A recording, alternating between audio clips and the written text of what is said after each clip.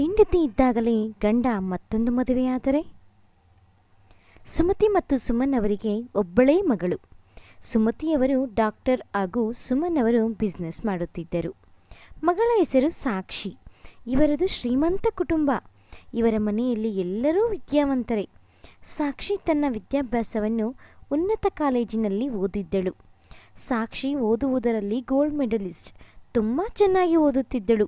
ಇಷ್ಟೊಂದು ಚೆನ್ನಾಗಿ ಓದುತ್ತಿದ್ದರೂ ಸಾಕ್ಷಿಗೆ ಓದಿನ ನಂತರ ಜಾಬ್ ಮಾಡಬೇಕೆಂಬ ಆಸೆಯೇನೂ ಇರಲಿಲ್ಲ. ಮದುವೆ ಮಾಡಿಕೊಂಡು ಒಳ್ಳೆಯ ಗೃಹಿಣಿಯಾಗಿರಬೇಕೆಂಬ ಆಸೆ ಇತ್ತು. ಆದರೆ ಇವರಿಗೆ ಮಗಳು ಓದಿನ ನಂತರ ಆಫೀಸು ಹಾಗೂ ಆಸ್ಪತ್ರೆಯನ್ನು ನೋಡಿಕೊಳ್ಳಬೇಕು ಎಂದು ಆಸೆ ಇತ್ತು. ಆದರೂ ಸಹ ಮಗಳ ಆಸೆಯನ್ನು ಬೇಡ ಎನ್ನಲಿಲ್ಲ. ಮಗಳ ಆಸೆಯಂತೆಯೇ ಮದುವೆ ಮಾಡಲು ಗಂಡನ್ನು ಹುಡುಕುತ್ತಿದ್ದರು. ಮಗಳು ಮೊದಲೇ ಹೇಳಿದ್ದಳು, ನನಗೆ ಶ್ರೀಮಂತ ಕುಟುಂಬವನ್ನು ಹುಡುಕಬೇಡಿ, ನನಗೆ ಮಿಡಲ್ ಕ್ಲಾಸ್ ಫ್ಯಾಮಿಲಿ ಆದರೆ ಸಾಕು ಅಂತ. ಅಂತಹ ಕುಟುಂಬ ಆದರೆ ಪ್ರೀತಿ ವಾತ್ಸಲ್ಯ ಜಾಸ್ತಿ ಇರುತ್ತೆ, ನನ್ನ ಜೊತೆ ಸಮಯ ಕಳೆಯುತ್ತಾರೆ, ನನ್ನನ್ನೂ ಚೆನ್ನಾಗಿ ನೋಡಿಕೊಳ್ಳುತ್ತಾರೆ ಎಂದಳು. ಯಾಕೆ ಸಾಕ್ಷಿ ಶ್ರೀಮಂತ ಕುಟುಂಬದಲ್ಲಿ ಹುಟ್ಟಿ ಒಳ್ಳೆಯ ವಿದ್ಯಾಭ್ಯಾಸ ಮಾಡಿ ಈ ರೀತಿ ಯೋಚನೆ ಮಾಡುತ್ತಿದ್ದಾಳೆ ಎಂದು ನಿಮಗೂ ಆಶ್ಚರ್ಯವಾಗಿರಬಹುದು. ವಿಷಯ ಏನೆಂದರೆ ಸಾಕ್ಷಿಗೆ ಹಣ, ಆಸ್ತಿ, ಒಡವೆ ಎಲ್ಲವೂ ಇತ್ತು. ಆದರೆ ಇವಳ ಜೊತೆ ಸಮಯ ಕಳೆಯಲು ಅವರ ಅಪ್ಪ ಅಮ್ಮನಿಗೆ ಸಮಯವಿರಲಿಲ್ಲ. ಯಾವಾಗಲೂ ಆಫೀಸು ಮೀಟಿಂಗು ಅಂತ ಅಪ್ಪ, ಆಸ್ಪತ್ರೆ ಆಪರೇಷನ್ ಅಂತ ಅಮ್ಮ ಬ್ಯುಸಿಯಾಗಿ ಇರುತ್ತಿದ್ದರು. ಚಿಕ್ಕಂದಿನಿಂದಲೂ ಶಾಲೆಯಲ್ಲಿ ನಡೆಯುವ ಯಾವ ಫಂಕ್ಷನ್ಗೂ ಕೂಡ ಇವರ ಅಪ್ಪ ಅಮ್ಮ ಬರುತ್ತಿರಲಿಲ್ಲ. ಸಾಕ್ಷಿ ಸ್ನೇಹಿತರ ಎಲ್ಲರ ಅಪ್ಪ ಅಮ್ಮ ಬರುತ್ತಿದ್ದರು. ಯಾಕೆ ಅವರ ಅಪ್ಪ ಅಮ್ಮನಿಗೆ ಸಾಕ್ಷಿ ಎಂದರೆ ಇಷ್ಟ ಇಲ್ಲವೇನೋ ಅಂದುಕೊಳ್ಳಬಹುದು. ಹಾಗೇನೂ ಇಲ್ಲ. ಮಗಳು ಎಂದರೆ ಪಂಚಪ್ರಾಣ. ಮಗಳು ಯಾವ ವಸ್ತು ಕೇಳಿದರೂ ಇಲ್ಲವೆನ್ನುತ್ತಿರಲಿಲ್ಲ. ಆದರೆ ಮಗಳ ಜೊತೆ ಸಮಯ ಕಳೆಯಲು ಸಮಯವಿರುತ್ತಿರಲಿಲ್ಲ. ಇವರ ಕೆಲಸ ಅಂಥದ್ದು. ಇವೆಲ್ಲ ನೋಡಿ ಸಾಕ್ಷಿ ಈ ನಿರ್ಧಾರಕ್ಕೆ ಬಂದಿದ್ದಳು. ಸಾಕ್ಷಿ ಹೇಳಿದ ಹಾಗೆ ಒಂದು ಸಂಬಂಧ ಹುಡುಕಿದರು. ಹುಡುಗನ ಹೆಸರು ಕಾರ್ತಿಕ್. Karthik software employee. ಇವರದು ಮಿಡಲ್ ಕ್ಲಾಸ್ ಫ್ಯಾಮಿಲಿ. ಕಾರ್ತಿಕ್ಗೆ ಒಬ್ಬ ಅಕ್ಕ ಇದ್ದರು. ಅವರಿಗೆ ಮದುವೆ ಆಗಿತ್ತು. ಎರಡೂ ಕುಟುಂಬಗಳಿಗೆ ಈ ಸಂಬಂಧ ಇಷ್ಟವಾಯಿತು. ಇವರಿಬ್ಬರಿಗೂ ಮದುವೆ ಮಾಡಿದರು. ಎಲ್ಲವೂ ಸಂತೋಷವಾಗಿಯೇ ನಡೆಯಿತು. ಸಾಕ್ಷಿಯನ್ನು ಅತ್ತೆ ಮನೆಗೆ ಕಳಿಸಿಕೊಟ್ಟರು. ಸಾಕ್ಷಿಯ ಆಸೆ ಪಟ್ಟಾಗಿ ಒಳ್ಳೆಯ ಗೃಹಿಣಿಯಾಗಿದ್ದಳು. ಸಾಕ್ಷಿ ಹುಟ್ಟಿ ಬೆಳೆದಿದ್ದು ಶ್ರೀಮಂತ ಕುಟುಂಬದಲ್ಲಿ. ತುಂಬ ಫ್ಯಾಷನ್ ಆಗಿ ಬೆಳೆದಿದ್ದಳು. ಆದರೂ ಮದುವೆಯಾದ ನಂತರ ಹಣೆ ತುಂಬ ಕುಂಕುಮ, ಮೈ ತುಂಬ ಸೀರೆ, ಕೈ ತುಂಬ ಬಳೆ ಇವೆಲ್ಲವನ್ನೂ ಧರಿಸುತ್ತಿದ್ದಳು. ಗಂಡನನ್ನು ದೇವರು ಎಂದು ಭಾವಿಸುತ್ತಿದ್ದಳು. ಅತ್ತೆ ಮಾವನನ್ನು ತಂದೆ ತಾಯಿಯಂತೆ ನೋಡಿಕೊಳ್ಳುತ್ತಿದ್ದಳು. ದುಡ್ಡು ಇದೆ ಎಂಬ ಅಹಂಕಾರವನ್ನು ಎಂದೂ ಸ್ವಲ್ಪವೂ ತೋರಿಸುತ್ತಿರಲಿಲ್ಲ. ಗಂಡನ ಮಾತಿಗೆ ಎಂದೂ ಎದುರುತ್ತರ ಕೊಡುತ್ತಿರಲಿಲ್ಲ. ಎಲ್ಲರನ್ನೂ ಚೆನ್ನಾಗಿ ನೋಡಿಕೊಳ್ಳುತ್ತಿದ್ದಳು. ಸಾಕ್ಷಿ ಅಂದುಕೊಂಡ ಹಾಗೆ ಪ್ರೀತಿ ವಾತ್ಸಲ್ಯ ಎಲ್ಲವೂ ಚೆನ್ನಾಗಿತ್ತು. ಸಾಕ್ಷಿಯವರ ಮನೆಯಲ್ಲಿ ದುಡ್ಡಿನ ಚಿಂತೆ ಇರಲಿಲ್ಲ. ಆದರೆ ಇಲ್ಲಿ 1 ರೂಪಾಯಿಯೂ ಕೂಡ ಲೆಕ್ಕ ಹಾಕಬೇಕಿತ್ತು. ಇವೆಲ್ಲವೂ ಸಾಕ್ಷಿಗೆ ಅಭ್ಯಾಸವಿರಲಿಲ್ಲ. ಆದರೂ ಸಹ ಸಾಕ್ಷಿ ಇಷ್ಟಪಟ್ಟ ಜೀವನ ಇದು. ಆದುದರಿಂದ ಪ್ರತಿಯೊಂದರಲ್ಲೂ ಅಡ್ಜಸ್ಟ್ ಆಗುತ್ತಿದ್ದಳು.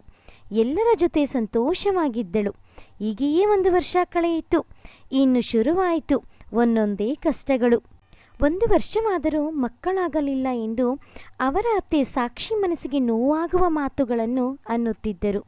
ಆದರೂ ಸಾಕ್ಷಿ ಏನೂ ಮಾತನಾಡುತ್ತಿರಲಿಲ್ಲ. ಅಕ್ಕಪಕ್ಕದ ಮನೆಯವರು, ನೆಂಟರು, ಅವರಿವರು ಎಲ್ಲರೂ ಕೇಳುತ್ತಿದ್ದರು. ಏನು ನಿಮ್ಮ ಸೊಸೆಗೆ ಮಕ್ಕಳಾಗಲಿಲ್ವಾ ಎಂದು ಕೇಳುತ್ತಿದ್ದರು. ಇವರೆಲ್ಲ ಮಾತುಗಳನ್ನು ಕೇಳಿ ಸಾಕ್ಷಿಯನ್ನು ಇನ್ನೂ ಹೆಚ್ಚಾಗಿ ಸಾಧಿಸಲು ಶುರು ಮಾಡಿದರು. ಸೊಸೆ ಏನೇ ಮಾಡಿದರೂ ಅದರಲ್ಲಿ ತಪ್ಪುಗಳನ್ನು ಹುಡುಕುತ್ತಿದ್ದರು.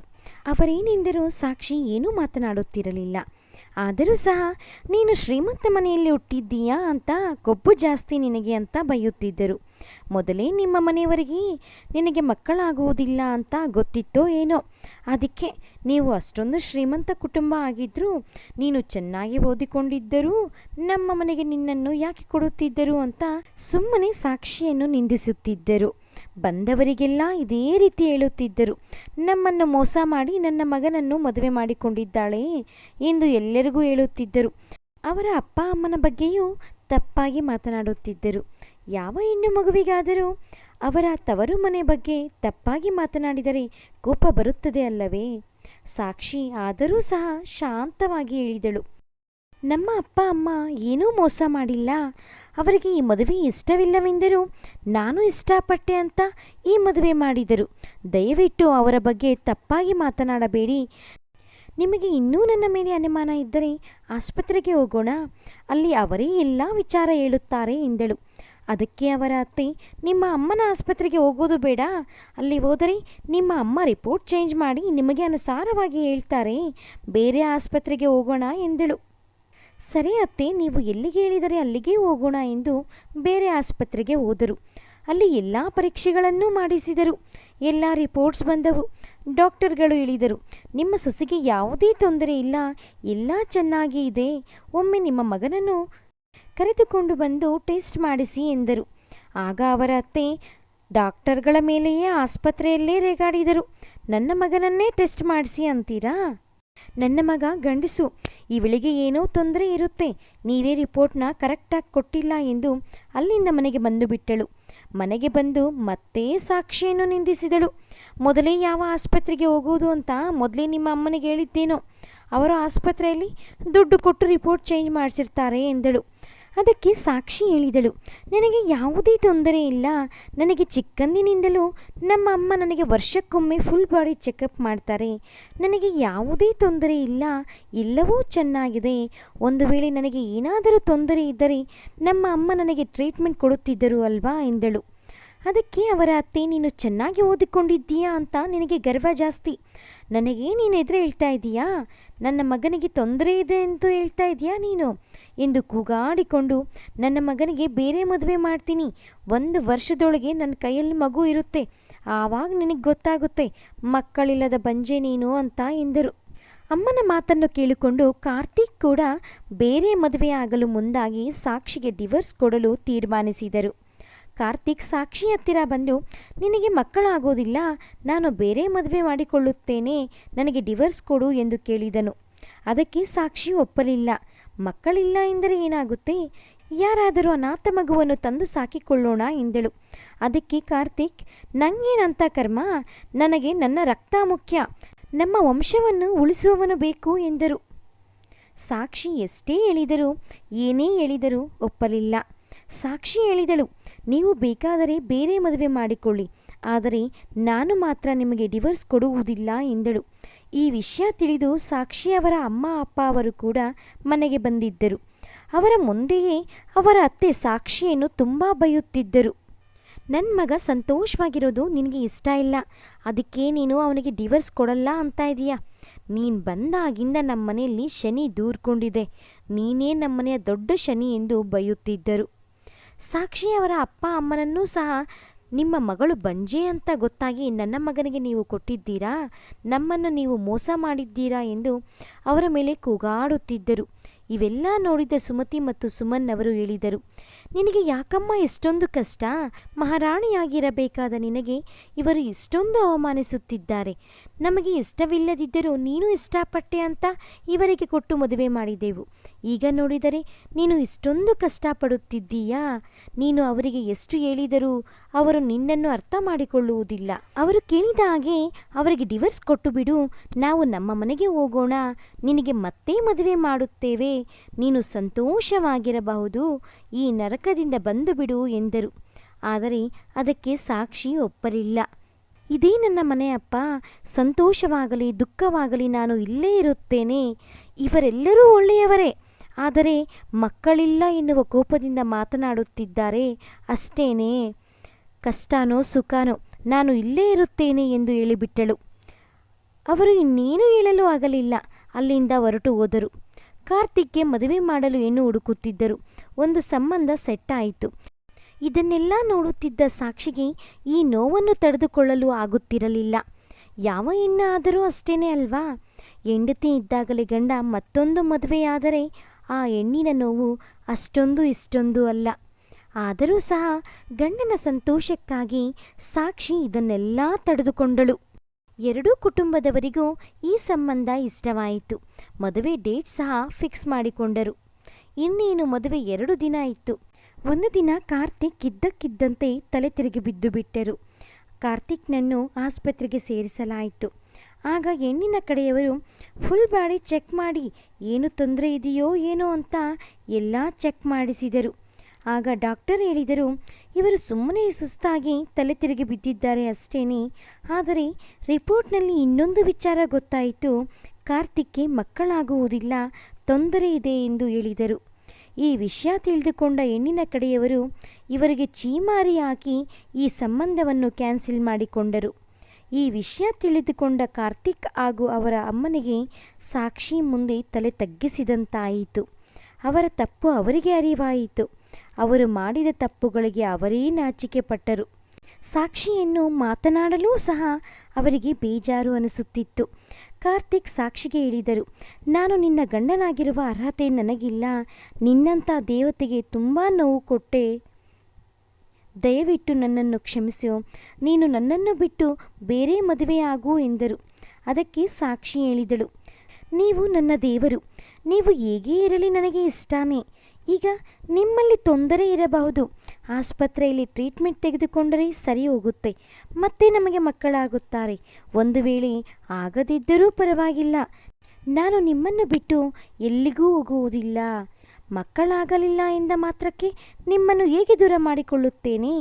ಎಷ್ಟೋ ಜನ ಅನಾಥ ಮಕ್ಕಳು ಅಪ್ಪ ಅಮ್ಮ ಇಲ್ಲದೆ ಅನಾಥರಾಗಿ ಇರುತ್ತಾರೆ. ಅಂಥವರನ್ನು ತಂದು ನಾವು ಅವರಿಗೆ ಅಪ್ಪ ಅಮ್ಮ ಆಗೋಣ. ಅಷ್ಟೇ ವಿನಃ ನಾವಿಬ್ಬರು ಎಂದೂ ದೂರ ಆಗುವುದಿಲ್ಲ ಎಂದಳು. ಈ ಮಾತುಗಳನ್ನೆಲ್ಲ ಕೇಳುತ್ತಿದ್ದ ಅವರ ಅತ್ತೆಗೆ ಅವರು ಮಾಡಿದ ತಪ್ಪುಗಳೆಲ್ಲ ಗೊತ್ತಾಗಿ ಸಾಕ್ಷಿಗೆ ಕ್ಷಮಾಪಣೆ ಕೇಳಿದರು. ನಾನು ಒಂದು ಹೆಣ್ಣು ಎಂದು ಮರೆತು ನಿನ್ನನ್ನು ತಪ್ಪಾಗಿ ಮಾತನಾಡಿದೆ. ನಿಮ್ಮ ಮನೆಯವರನ್ನೂ ಸಹ ತಪ್ಪಾಗಿ ತಿಳಿದುಕೊಂಡೆ. ದಯವಿಟ್ಟು ನನ್ನನ್ನು ಕ್ಷಮಿಸು ಎಂದು ಕೇಳಿಕೊಂಡರು. ಆಗ ಸಾಕ್ಷಿ, ನೀವು ನನ್ನನ್ನು ಈ ರೀತಿ ಕೇಳಬಾರದು. ನೀವು ನನ್ನ ತಾಯಿಯ ಸಮಾನ. ಗೊತ್ತಿದ್ದೋ ಗೊತ್ತಿಲ್ಲದೆಯೋ ತಪ್ಪು ಮಾಡಿದ್ದೀರಾ, ಅದರ ಬಗ್ಗೆ ಮರೆತು ಬಿಡಿ ಎಂದಳು. ಆಗ ಅವರ ಅತ್ತೆ, ನಿನ್ನಂಥ ದೇವತೆಯನ್ನು ಮನೆಯಿಂದ ಹೊರಗೆ ಕಳಿಸಬೇಕು ಎಂದುಕೊಂಡೆ. ನಾನು ಎಂತಹ ಪಾಪಿ ಎಂದು ಮಾಡಿದ ತಪ್ಪಿಗೆ ಪಶ್ಚಾತ್ತಾಪ ಪಟ್ಟರು. ಕಾರ್ತಿಕ್ ಮಾಡಿದ ತಪ್ಪಿಗೆ ಸುಮನ್ ಮತ್ತು ಸುಮತಿಗೆ ಕ್ಷಮಾಪಣೆ ಕೇಳಿದರು. ಅವರು ಸಹ ಒಳ್ಳೆಯ ಮನಸ್ಸಿನಿಂದ ಕಾರ್ತಿಕ್ನನ್ನು ಕ್ಷಮಿಸಿ ಅವರಿಗೆ ಹೇಳಿದರು, ಮಕ್ಕಳು ಹುಟ್ಟದಿದ್ದರೆ ಹೆಣ್ಣು ಮಕ್ಕಳಿಗೆ ಮಾತ್ರ ತೊಂದರೆ ಇದೆ ಎಂದು ಅರ್ಥವಲ್ಲ. ಗಂಡಸರಲ್ಲೂ ತೊಂದರೆ ಇರುತ್ತದೆ. ಆದರೆ ಇದನ್ನು ಒಪ್ಪಿಕೊಳ್ಳಲು ನಾಮೋಷಿಯಾಗಿ ಫೀಲ್ ಆಗುತ್ತಾರೆ. ಆ ರೀತಿ ಫೀಲ್ ಆಗುವ ಅವಶ್ಯಕತೆಯೇ ಇಲ್ಲ. ಈ ದಿನಗಳಲ್ಲಿ ಇದು ಸರ್ವೇ ಸಾಮಾನ್ಯ. ನಾವು ಈಗ ತಿನ್ನುವ ಊಟಗಳಲ್ಲಿ, ನಮ್ಮ ದೈನಂದಿನ ಚಟುವಟಿಕೆಗಳಲ್ಲಿ ನಮ್ಮ ದೇಹ ಏರುಪೇರು ಆಗುತ್ತದೆ ಅಷ್ಟೇನೆ. ಅದೇನು ದೊಡ್ಡ ತೊಂದರೆ ಅಲ್ಲ ಎಂದರು. ಕಾರ್ತಿಕ್ಗೆ ಸಾಕ್ಷಿಯವರ ಆಸ್ಪತ್ರೆಯಲ್ಲಿ ಚಿಕಿತ್ಸೆ ಕೊಟ್ಟರು. 1 ವರ್ಷದಲ್ಲಿಯೇ ಸಾಕ್ಷಿಗೆ ಒಂದು ಮುದ್ದಾದ ಗಂಡು ಮಗು ಆಯಿತು. ಸಾಕ್ಷಿ ಅಂದುಕೊಂಡ ಜೀವನ ಅವಳಿಗೆ ಮತ್ತೆ ವಾಪಸ್ಸು ಬಂತು. ಅವಳ ಜೊತೆ ಸಮಯ ಕಳೆಯುವ ಗಂಡ, ಅಮ್ಮನಂತೆ ನೋಡಿಕೊಳ್ಳುವ ಅತ್ತೆ ಎಲ್ಲರೂ ಸಹ ಸಾಕ್ಷಿ ಜೀವನದಲ್ಲಿ ಬಂದರು. ಸಾಕ್ಷಿಗೆ ಒಂದು ಅನಾಥ ಮಗುವನ್ನು ತಂದು ಸಾಕಬೇಕೆಂದು ಆಸೆ ಇತ್ತು. ಅವಳ ಆಸೆಗೆ ಬೆಲೆ ಕೊಟ್ಟು ಒಂದು ಮಗುವನ್ನು ಕೂಡ ತಂದು ಸಾಕಿಕೊಂಡರು. ಈಗ ಸಾಕ್ಷಿ ತುಂಬ ಸಂತೋಷವಾಗಿದ್ದಾಳೆ. ಸಾಕ್ಷಿ ಅಂದು ಮನೆ ಬಿಟ್ಟು ಹೋಗಿದ್ದರೆ ಈಗ ಇವರಿಗೆ ಅವರು ಮಾಡಿದ ತಪ್ಪನ್ನು ತಿದ್ದುಕೊಳ್ಳುವ ಅವಕಾಶವೇ ಇರುತ್ತಿರಲಿಲ್ಲ. ಯಾಕೆ ಪ್ರಪಂಚದಲ್ಲಿ ಎಲ್ಲರೂ ಮಕ್ಕಳಾಗಲಿಲ್ಲವೆಂದರೆ ಹೆಣ್ಣಿನ ಕಡೆಗೆ ಬೆರಳು ತೋರುತ್ತಾರೆ? ಇಬ್ಬರನ್ನೂ ಪರೀಕ್ಷಿಸಿದರೆ ತಾನೇ ಯಾರಲ್ಲಿ ತೊಂದರೆ ಇರುವುದೆಂದು ಗೊತ್ತಾಗುವುದು. ಯಾರಲ್ಲಿ ತೊಂದರೆ ಇದ್ದರೂ ಸಹ ಹೆಣ್ಣನ್ನೇ ಬಲಿ ಮಾಡುತ್ತಾರೆ. ಎಂತಹ ಪ್ರಪಂಚ ಅಲ್ಲವೇ? ಮಕ್ಕಳಾಗಲಿಲ್ಲವೆಂದು ಕಾರ್ತಿಕ್ ಮತ್ತೊಂದು ಮದುವೆಯಾಗಲು ಸಿದ್ಧನಾದ. ಆದರೆ ಕಾರ್ತಿಕ್ನಲ್ಲಿಯೇ ತೊಂದರೆ ಇದೆ ಎಂದು ಗೊತ್ತಿದ್ದರೂ ಸಹ ಸಾಕ್ಷಿ ಕಾರ್ತಿಕ್ನನ್ನು ಬಿಟ್ಟು ಹೋಗಲಿಲ್ಲ. ಇದೇ ಹೆಣ್ಣಿನ ದೊಡ್ಡ ಗುಣ, ಇದೇ ಹೆಣ್ಣಿನ ಮಹತ್ವ. ಅದೇ ಒಂದು ವೇಳೆ ಕಾರ್ತಿಕ್ಗೆ ತೊಂದರೆ ಇದೆ ಎಂದು ಸಾಕ್ಷಿ ಕಾರ್ತಿಕ್ಗೆ ಡಿವೋರ್ಸ್ ಕೊಟ್ಟು ಮತ್ತೊಂದು ಮದುವೆಯಾಗಿದ್ದರೆ ಇದನ್ನು ಸಮಾಜ ಒಪ್ಪುವುದಿಲ್ಲ. ಸಾಕ್ಷಿಯನ್ನು 108 ಮಾತೆನ್ನುತ್ತಿತ್ತು. ಗಂಡಸರಿಗೆ ಒಂದು ನ್ಯಾಯ, ಹೆಂಗಸರಿಗೆ ಒಂದು ನ್ಯಾಯ. ಎಂತಹ ಪ್ರಪಂಚ ಅಲ್ಲವೇ? ಪ್ರಪಂಚದಲ್ಲಿ ಮಕ್ಕಳಾಗದೇ ಇರುವವರು ಎಷ್ಟೊಂದು ಜನ ಇದ್ದಾರೆ ಹೇಳಿ. ನಾನು, ನನ್ನದು, ನನ್ನ ರಕ್ತ ಎನ್ನುವುದನ್ನು ಬಿಟ್ಟು ಅನಾಥ ಮಕ್ಕಳನ್ನು ನಮ್ಮ ಮಕ್ಕಳೆಂದುಕೊಂಡರೆ ಅವರಿಗೂ ಜೀವನ ಕೊಟ್ಟಂತಾಗುತ್ತದೆ. ನಮಗೆ ಮಕ್ಕಳಿಲ್ಲ ಎನ್ನುವ ಚಿಂತೆಯೂ ಇರುವುದಿಲ್ಲ. ಎಲ್ಲರೂ ಸಹ ಖುಷಿಯಾಗಿ ಇರಬಹುದು. ನಾವು ತೆಗೆದುಕೊಳ್ಳುವ ನಿರ್ಧಾರವೇ ನಾವು ದುಃಖ ಪಡಬೇಕಾ ಸಂತೋಷವಾಗಿರಬೇಕಾ ಎನ್ನುವುದನ್ನು ತೀರ್ಮಾನಿಸುತ್ತದೆ. ಈ ಕಥೆಯನ್ನು ಕೇಳಿದ್ದಕ್ಕಾಗಿ ತಮ್ಮೆಲ್ಲರಿಗೂ ನನ್ನ ಧನ್ಯವಾದಗಳು. ಈ ಕತೆ ನಿಮಗೆ ಇಷ್ಟ ಆಗಿದ್ದಲ್ಲಿ ಪ್ಲೀಸ್ ಲೈಕ್ ಮಾಡಿ, ಶೇರ್ ಮಾಡಿ, ಸಬ್ಸ್ಕ್ರೈಬ್ ಆಗೋದನ್ನು ಮರಿಬೇಡಿ. Thanks for watching this video.